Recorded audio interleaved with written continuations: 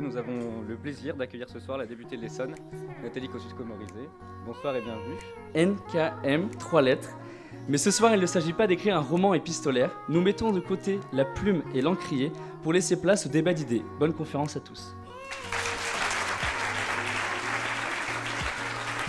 Même s'il n'y avait pas ce tel problème lié à l'importance du score du Front National et donc au fait qu'on ne peut pas faire la primaire au premier tour, moi je serais quand même pour la primaire parce que je pense que c'est un mouvement moderne que de proposer aux Français en amont de l'élection de choisir leur candidat. Ils appellent aux urnes en vous disant t'es de droite, tu votes pour celui-là, t'es de gauche, tu votes pour celui-là, tu les as pas choisis, tant pis, c'est pareil pour ta gueule. Les gens supportent plus ça en fait. Le FN était-il un parti normal ? Moi, j'aime pas l'adjectif normal, hein, parce que le dernier politique qui nous a fait le coup du plan normal, pour faire ce métier, il faut pas être complètement normal, en fait. Donc, faut se méfier, parce que s'ils commencent à vous parler de leur normalité, ils sont déjà en train de vous mentir, et probablement, ils vous mentiront sur autre chose. Au moins, dans le mouvement d'immigration, il y a un désir de France. C'est souvent pas les bonnes conditions, c'est parfois pas les bonnes raisons, mais quelque part, il y a quand même un désir de France. Et il y a un mouvement que moi je trouve au moins aussi, qui devrait mobiliser au moins autant la classe politique et qui est inquiétant, c'est le mouvement d'émigration. On est en train de vivre une grande transformation. C'est le titre de mon bouquin. Nous avons changé de monde. On vit une grande transformation. C'est pas une option cette transformation. Ça sert à rien de dire que c'est mal. C'est pas un débat moral si vous voulez. La transformation numérique, c'est pas un débat moral. C'est pas bien ou mal. C'est en train de se passer.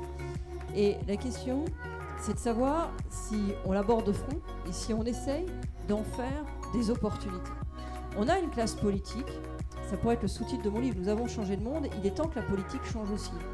On a une classe politique qui, pour l'essentiel, ne voit pas et ne veut pas voir cette grande transformation.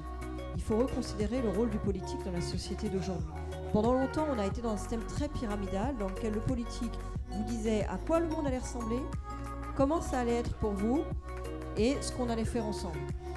Aujourd'hui, il n'y a personne qui peut prétendre répondre à ces questions-là et le politique ne peut pas vraiment y répondre pour la société. Le rôle du politique, c'est de regarder où sont les énergies et de faire en sorte qu'elles puissent s'exprimer. Dans un monde en pleine transformation, la formation, donc la possibilité de reconversion, la possibilité d'avoir une deuxième chance, c'est hyper important. Et aujourd'hui, le système n'est pas du tout au rendez-vous des enjeux. C'est-à-dire que vous avez plus de 30 milliards par an qui est investi dans la formation et en fait, vous avez l'essentiel de cet argent qui va dans la formation de gens qui sont déjà en activité. Dès qu'il y a des réseaux et des questions de couverture du pays, avec des questions d'aménagement du territoire, il y a forcément une part de politique nationale. Et on ne peut pas juste tout casser et puis un jour faire semblant « Oh bah c'est ballot, alors ça marche plus ». Bah oui, ça marche plus, plus à casser. Aujourd'hui, l'écologie n'est défendue par personne. Et c'est un drame. On parle quand même généralement d'alliance PS vert, jamais de l'alliance. Si vous parlez d'écologie, est-ce que c'est une appropriation de la gauche ou est-ce que c'est un rejet de la droite ?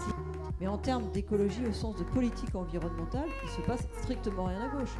C'est-à-dire que vous me direz quel est pour vous le bilan de la gauche, le bilan de Madame Royal en termes d'écologie.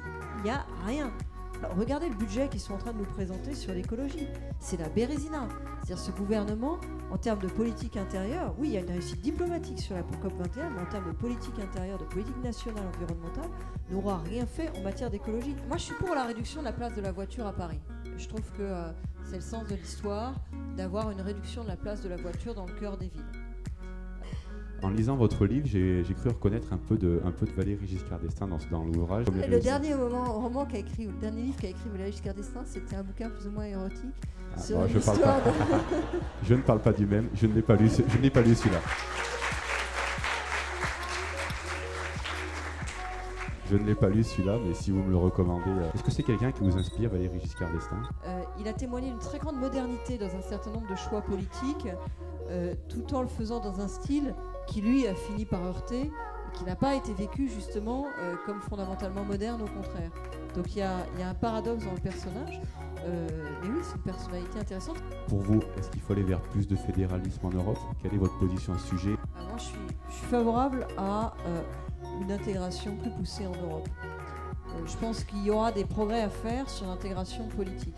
Par exemple, moi je souhaite qu'à terme, on ait une seule liste par parti européenne pour les élections européennes.